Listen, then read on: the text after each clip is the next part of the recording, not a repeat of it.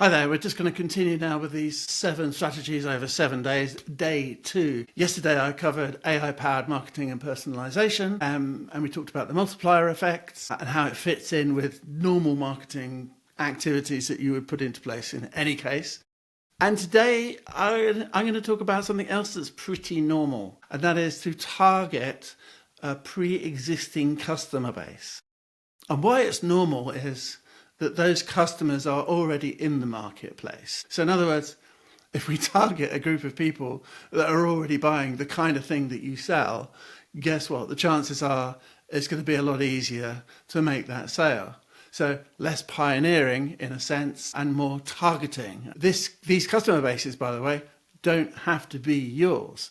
So these are the classic, interrupt player strategies. They target existing business with a better, stronger, cheaper, faster, some series of attributes that cause the target market to say, do you know what? I'm going to change my loyalty. There's a big shift that happens in the mind of the customer and they go and buy from someone else. That doesn't have to be the case. They might well just be buying more or buying differently. In other words, just because you're entering a market doesn't necessarily mean that someone else is losing, but it can do. This is where it happens. The good news is that when you target an existing market, there's generally a proliferation of data analytics. So if you're selling cars or just normal commercial consumer products, you would put a retail business in a location where you knew the demographics suited putting a car dealership, for instance. And before you dug holes and poured cement, you would make sure that you weren't in a field, that in fact you were surrounded by potential customers. And so basic data analytics will give you that kind of information. And with the proliferation of AI, with the number of years that the web has been in place, there's a lot of data available to us.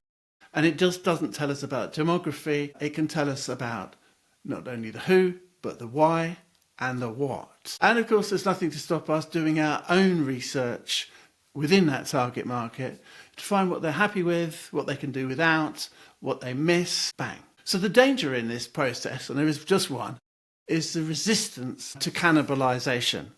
So for instance, most people will remember Blockbuster, the video rental company, and they were actually first with streaming, first with video, first in so many areas, and Netflix should never have taken off.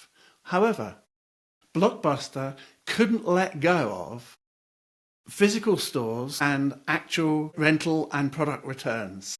They made kind of too much money out of people being late.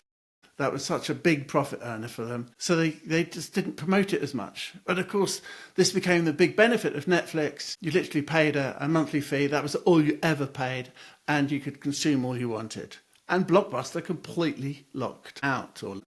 So this can result, as Netflix improved product quality, you have an enhanced ability to emphasize the value in the context of what they're doing already. So why have late fees? Why physically go back and forward to a store? How about the convenience of just being able to choose with a remote control? In place promotional initiatives, certainly digitally, you know where people are, you know what they've watched or viewed. You can actually offer more like that. People like you like this kind of product. Amazon uses this all the time. And then finally, you have the opportunity for horizontal and vertical market penetration. So often in traditional sales, let's say, a salesperson will do what they are supposed to do, which is get the order, go quiet, walk away and take the order with them. In horizontal and vertical penetration, what happens is when you've made a sale, you do as I suggested earlier, you go back and you say, hey, would you like this? Other customers like you bought this, and you can wide, you can sell more to the same customers in the same market or related markets, right? So Netflix has not been the winner of this approach. I touched on Amazon, but bigger companies like McDonald's and Apple have historically been big winners in this market penetration strategies. But the fact is, this process that I've just described is open and available to just about every single company of every single size,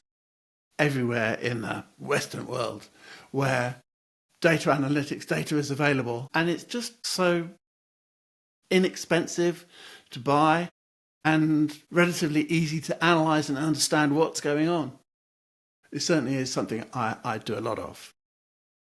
That's it for today. Okay, the next video, growth strategy that I'm going to put together next is customer retention and loyalty programs. That would be the third one in the series. I look forward to speaking to you then.